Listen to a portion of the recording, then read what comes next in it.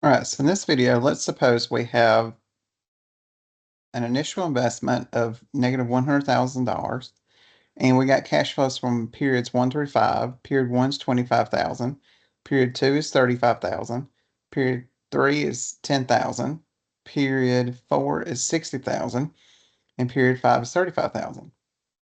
And we want to decide if we're going to use this project. Let's assume a discount rate of 10%.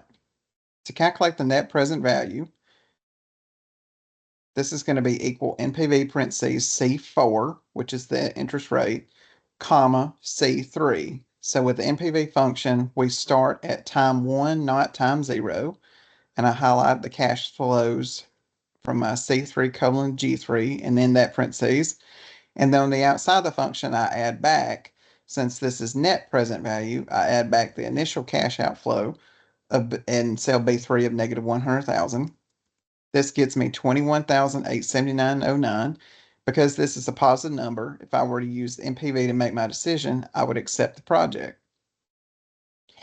Next here in cell C7, I have the internal rate of return. So this is equal IRR parentheses. This function takes all cash flow starting at time 0.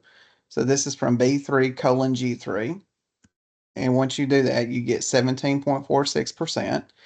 And in this particular case, because that number is greater than 10%, if we were using IRR to make our decision, we would accept the project.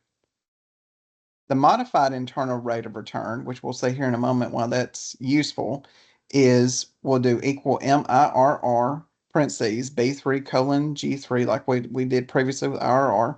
But this one takes into account different rates, such as the finance rate and reinvestment rate.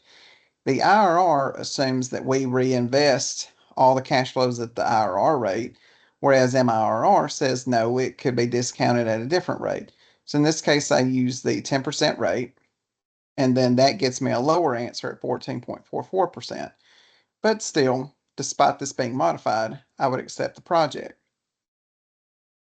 Another tool that small companies use or companies that are in financial trouble use is the payback period. This basically says how long is it going to take me to get my money back? So what I did here is I just counted and kept track of what was happening. So in my cell C11, I did equal minus. So I start with positive 100,000 because that's how much money left my hand. And in year 1, I received back 25,000. So after deducting that, I have 75,000 left to go. Then in my cell D11, I did equal C11, the previous, minus D3, and that's 35,000. And I keep doing this until I get a negative number. So here, this has happened 1, 2, 3 years, and at some point in the 4th year, I get paid back. So to calculate the payback period, I did equal 3. So now technically here what I could do, since this happened in the 3rd year, I could do equal that number 3, because I don't like to reference numbers less than never changing the function. So equal E12 plus E11, which is the payback that's left to go, slash F3.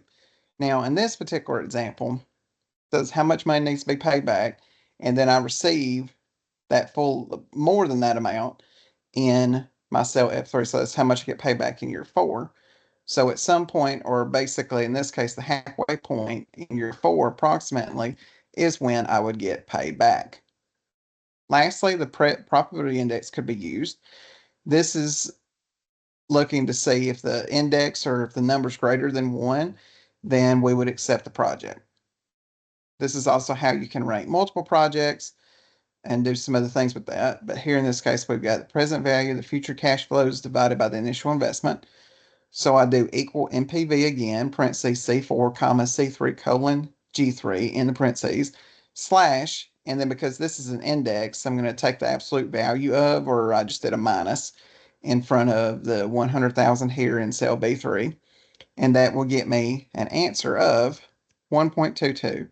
Because that number is greater than 1, I would accept the project.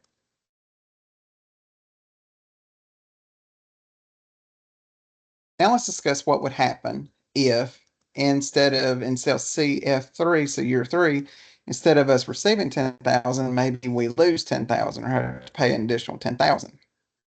So as you can see here, everything is going to auto update. So net present value is still positive. In the case where you got the sign of the cash flows changes signs more than once, it is not recommended to use IRR because we could potentially have multiple answers. So, for example, if now I could use this optional guess argument to test this. So saying, that 12.4% shows up there. I'm going to copy this and put this over here and change the numbers and make sure they still work. I'm going to change this to 99%, and then it shifted my cash flow, so I'm going to move them back. So in this particular case, there was only one IRR, but if you got multiple cash flows, it's just recommended not to use the IRR, use MIRR. And this number, it fell from the previous example, but it's still greater than 10%, so we still do this. The payback went up to 3.833. I'll go ahead and make that a number, clean it up to make that 3.83. So it takes 3.83 years now to get payback instead of 3.5. The profitability index gets recalculated. It's now 1.07, but that number is still greater than 1. So we would still accept this particular capital budgeting project.